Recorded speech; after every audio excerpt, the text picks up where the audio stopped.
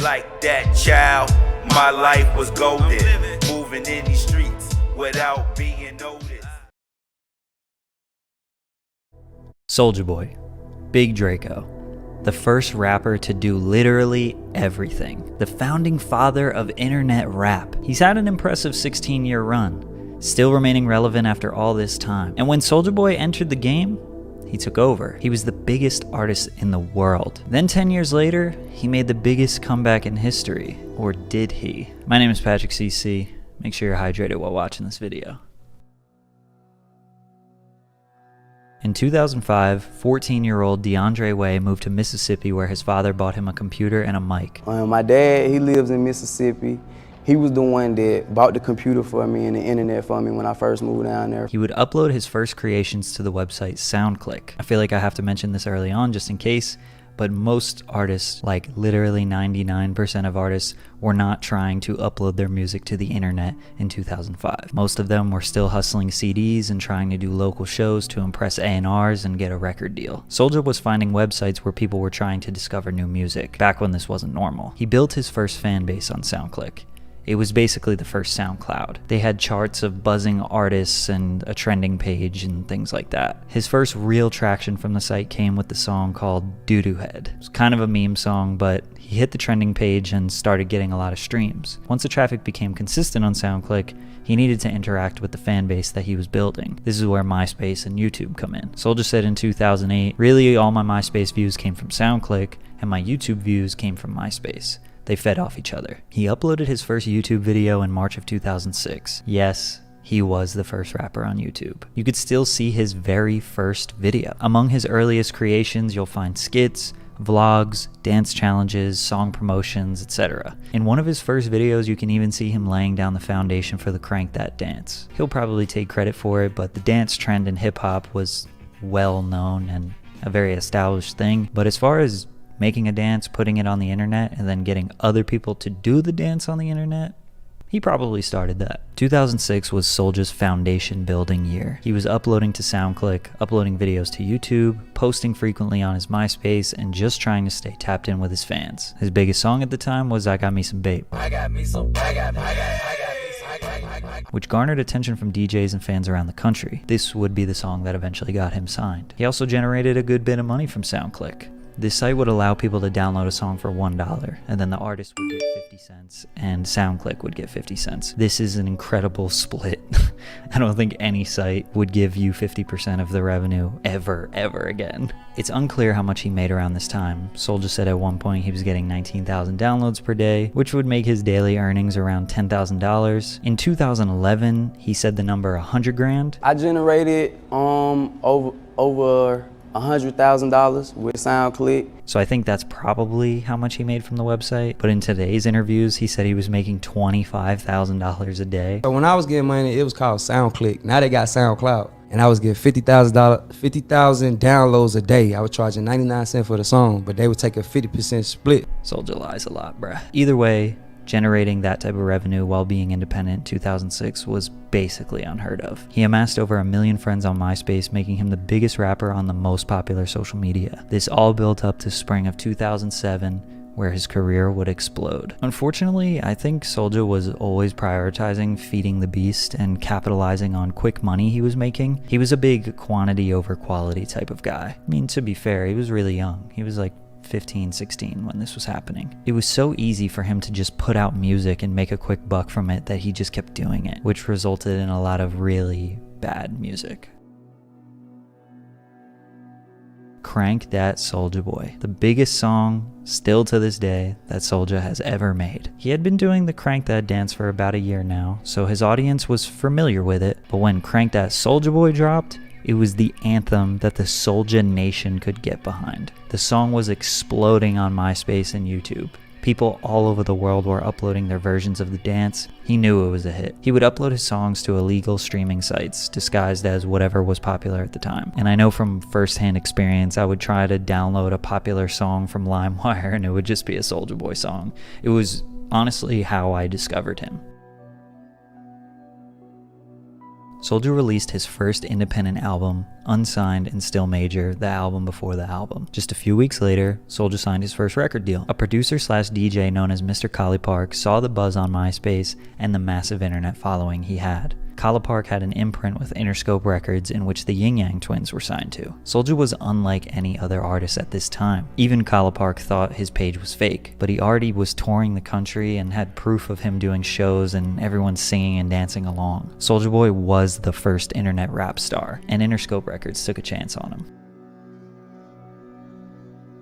4 months after Crank That is released, it had been steamrolling through the internet. People were making some of the first viral YouTube memes. Hey, I got the new dance for y'all called the Soulja Boy. Getting millions of views on YouTube before that was normal. Celebrities were dancing to it. The song was massive. In August of 2007, an R&B group by the name of Day 26 did the Crank That dance on TRL, which was the biggest show in hip-hop. The song gained 144,000 downloads that day, and it jumped to #1 on the Billboard Hot 100 the following week, and it would stay at #1 for 7 weeks in a row. October 2007, SouljaBoyTellHim.com, his first major album drops, and it peaked at #4 on the Billboard Hot 200, the highest of any of his albums. Soulja Boy was on the radio, Soulja was on 106 & Park, Soulja was on TRL, he was the hottest new rapper in the game.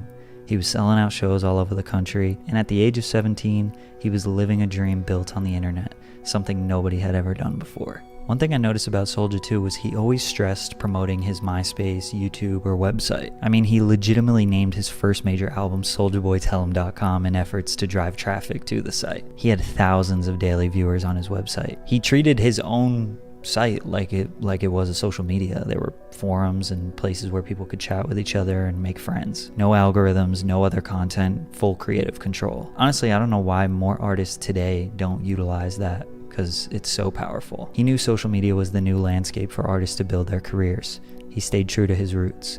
He always prioritized his YouTube channel and staying tapped in with his fans, showing us what his life was like behind the scenes. He also loved video games and would frequently upload videos of him playing them. Yeah, he was the first rapper doing video game content on YouTube. He kept on innovating, trying funny videos, cartoons, vlogs, live show clips, skits, whatever he could do to engage. In 2008, he dropped a bunch of bangers that we all love, including Kiss Me Through the Phone, Birdwalk, and Turn My Swag On. Also, remember the number 678 999 8212? Well, this number was Soulja Boy's promotional number. If you called it or texted it, you would automatically subscribe to Soulja Boy's Say Now account, where he could call or text a mass group of people all at once, whether it was to promote a new record or just say hi. You know, like the thing that every celebrity started doing in 2019.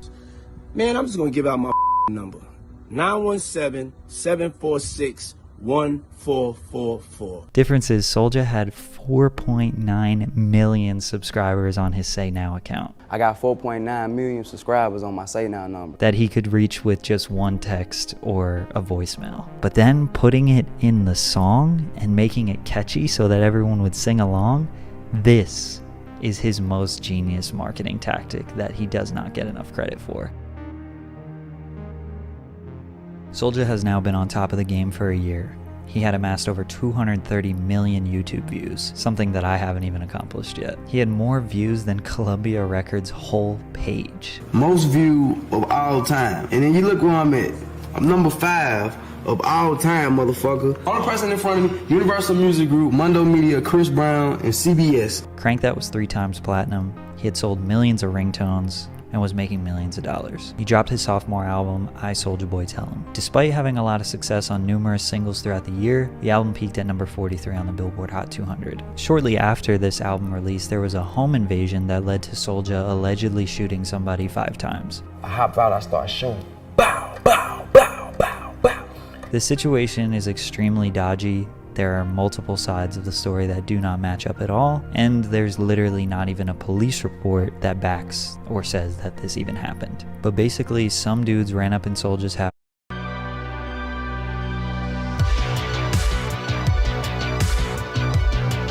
and he shot one of the guys 5 times, and that guy's name was Droop. That's the only thing about the story that both sides agree on. We don't know why it happened, we don't necessarily know how it happened, we don't really know any other details. And without police reports or evidence, it's kind of just up in the air. But Soulja was known as a positive, happy, and nonviolent artist.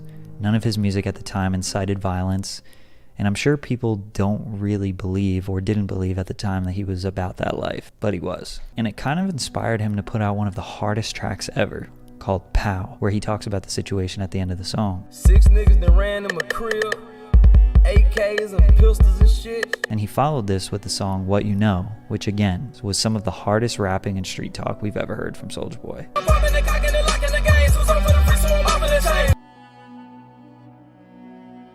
For the next 2 years, Soulja did stay very active with his community. He was touring, still selling ringtones, and dancing all over the world, getting cosigns from every major rapper, celebrity, and media outlet. He was selling the most ringtones out of any other rapper. He consistently had a popular song on the radio. And if you look at his record sales or song sales, they're not very high or what you would anticipate them to be. Most likely because he made his music so accessible. I mean, he was literally proud of pushing his music through illegal sites. So it would only make sense that his fans would do that to him as well. If someone were to just look at sales, you would think that Soulja Boy's music wasn't doing well.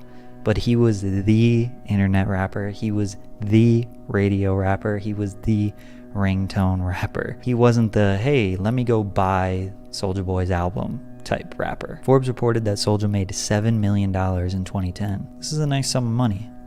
Enough to live off for the next 10 years if invested properly.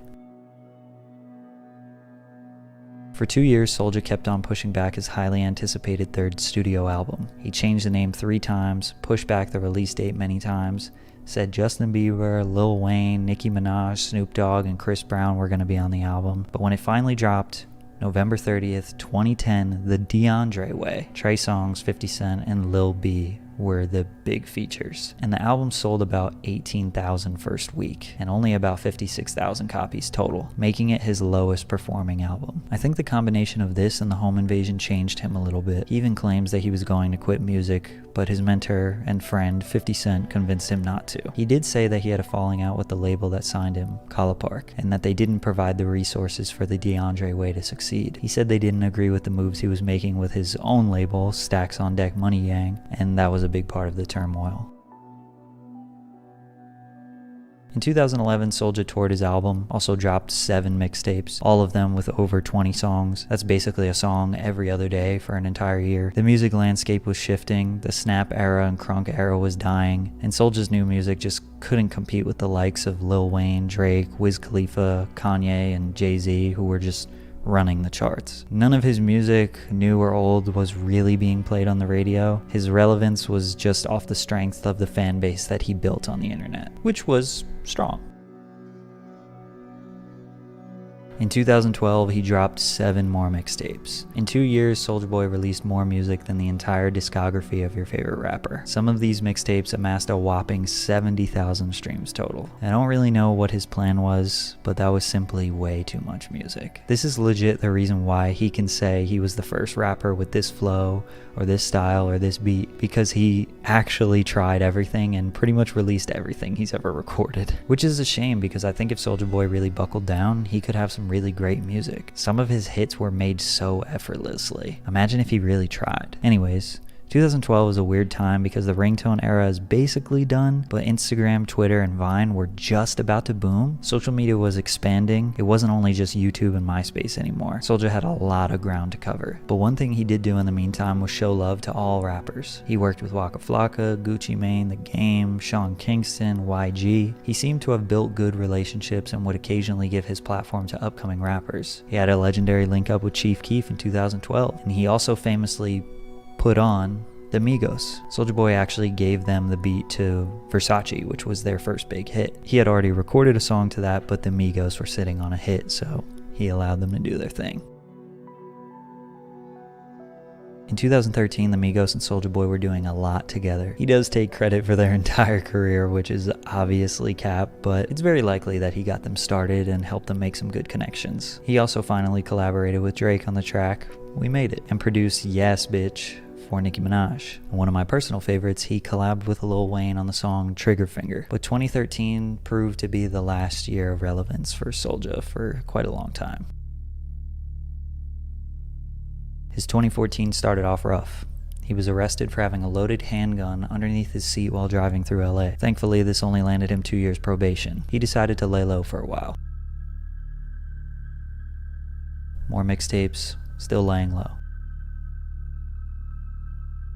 2016, he was coming closer to his probation ending, and Soulja kind of started to bug out on social media a little bit. Soulja Boy crazy, Soulja Boy bully, Soulja Boy. Nigga, pull up, nigga! He started a beef with Lil Yachty, Rico Reckless, Shia LaBeouf, Chris Brown, Southside, Young Chop, Quavo, 50 Cent, everyone on the planet. Y'all thought 6ix9ine had beefs? Soulja started that. Don't get smoked over a little ass kid beefing over a bitch that he ain't never even met, folk. I swear to God, I'm having 150 shooters in Atlanta, nigga. Damn the address, nigga. Waving around pistols and Dracos on Instagram, the judge eventually saw it and decided to do a little checkup on Soulja, finding multiple weapons, which led to an extension of his probation. Then the home invasion story that I mentioned before went viral because of the way that Soulja told it on Vlad. A lot of people didn't even know about that story because it happened 8 years prior and never got taken up legally. Celebrities were doing the hashtag Soulja Boy challenge, where they copied his story and were basically making fun of him. Take the mask off, it's just a baby. Boom, shot his ass again. It would only get worse for him though. Basically 2016 was just people laughing at him, and he dropped 8 mixtapes. In 2017, he laid pretty low, avoiding probation violations. He dropped a record low 1 mixtape, which is crazy because from 2013 to 2017, he dropped 20 mixtapes and 3 albums. 2018. Everybody knows Soulja Boy claimed to have the biggest comeback of 2018. I'm gonna bite his off. I'm 100% in for this. The comeback he's referring to is essentially just him releasing 2 albums and 3 mixtapes, and not violating his probation and not getting the internet to laugh at him for an entire year. To Soulja, that was a win. Also, at the end of 2018, he released the Soulja game. The Soulja game is basically an overpriced emulator of Nintendo and Sega games. A couple weeks later, he would announce the Soulja Boy Mini Retro S, which is just a knockoff Nintendo Game Boy, and the Soulja Game Fuse, which is just a knockoff Xbox. Less than a full month later after the initial release, all Soulja Game consoles were pulled from the site amidst threats of a lawsuit from Nintendo. SouljaGame.com was seized by Nintendo and would redirect to their site. Today, SouljaGame.com is no longer a working domain. Basically, Nintendo said, you ain't gonna knock us off. At the same time, Soulja was pushing the Soulja Watch, a smartwatch that looks very similar to an Apple Watch. The Soulja Phone, a smartphone resembling an Android. And the Soulja headphones that look a lot like Beats by Dre. All of this on the website SouljaWatch.com. The Soulja Watch Instagram promoted these products hard. It's your boy Soulja Boy, you know what's going on. Go to SouljaWatch.com right now. But only for about 6 days. I think some copyright infringement lawsuits probably hit the Soulja camp expeditiously. The Soulja Watch website still exists, but basically just has a bunch of watches that will redirect you to Amazon for purchase. I don't know. But it would be in the beginning of 2019 where he had the iconic Instagram live stream go viral. I said back 2018, I said back 2017, and watch all you lame man rap niggas, bruh, sit down and fuck the whole rap game up, bruh, trolling this shit, bruh. Nobody knew what he was talking about, but something about Soulja Boy being mad was hilarious. Celebrities were copying him. It was the hashtag Soulja Boy challenge all over again. 2017, I sat back and watched. Then the Breakfast Club asked him to pull up, and he laid down the most iconic performance in interview history. Yo, Charlamagne, Tiger had a record. Tiger? Tiger? Okay. Tiger? This nigga sitting right here talking about Tiger. The nigga that lost his bitch to Travis Scott. Oh shit. Holy shit. The nigga that Travis Scott netted in the bitch and got her pregnant. Damn. Holy shit, Big Draco. Him? He showed the new generation how much influence he really had. It was almost like the whole internet forgot about how much he really did for the internet rap game. He was charming, likable, and funny as hell. This interview single-handedly made him mainstream relevant again. It's soon to be the biggest Breakfast Club interview in history. So he actually made a comeback by claiming he had the the biggest comeback of 2018. But nothing really happened after this rapper started giving him his flowers, and Soulja was embracing all the love. He became the internet's favorite meme once again. He played into the meme, but he kind of failed to back it up with any good music, and this would have been the perfect time for it. And unfortunately, amid all of this hype, Soulja Boy got locked up. Again, with all of his hype and new relevance, the judge sent another checkup on him, and they found ammunition in his house, which was a probation violation leading to a jail sentence. He was sentenced to 240 days in the LA County Jail in April of 2019. He did 3 months and got released on good behavior. After he was released, he laid really low for over a year, so his big comeback only lasted a few months.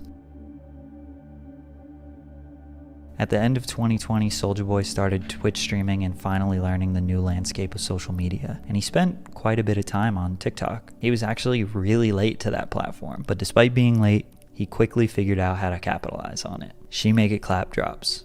I'm sure you've heard it. Soulja got a hold of the TikTok wave and absolutely took over. On March 15th, he put She Make It Clap on TikTok with a very, very loose idea for a dance, and 15 days later, the app did what it does and made it a mega viral trend. And it had over 400,000 videos to the song, which if you don't know, it's a lot. To this day, it has over 3 million videos on the app. It's huge. And with 31 million Spotify streams and the song going #1 on Triller, makes this song more successful than any song he has put out in the past 6 or 7 years. But in true Soulja fashion, he will rinse the same thing over and over again and saturate his music until people just can't.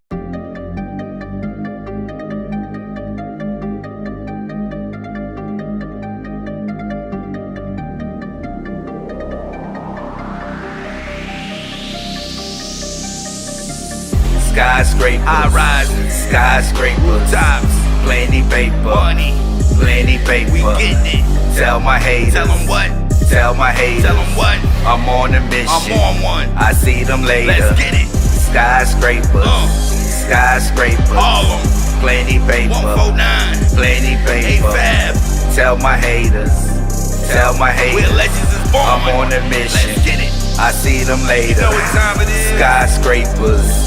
New paper, green gators matching new paper. Money, ice silver and black Oakland Raiders. Shining.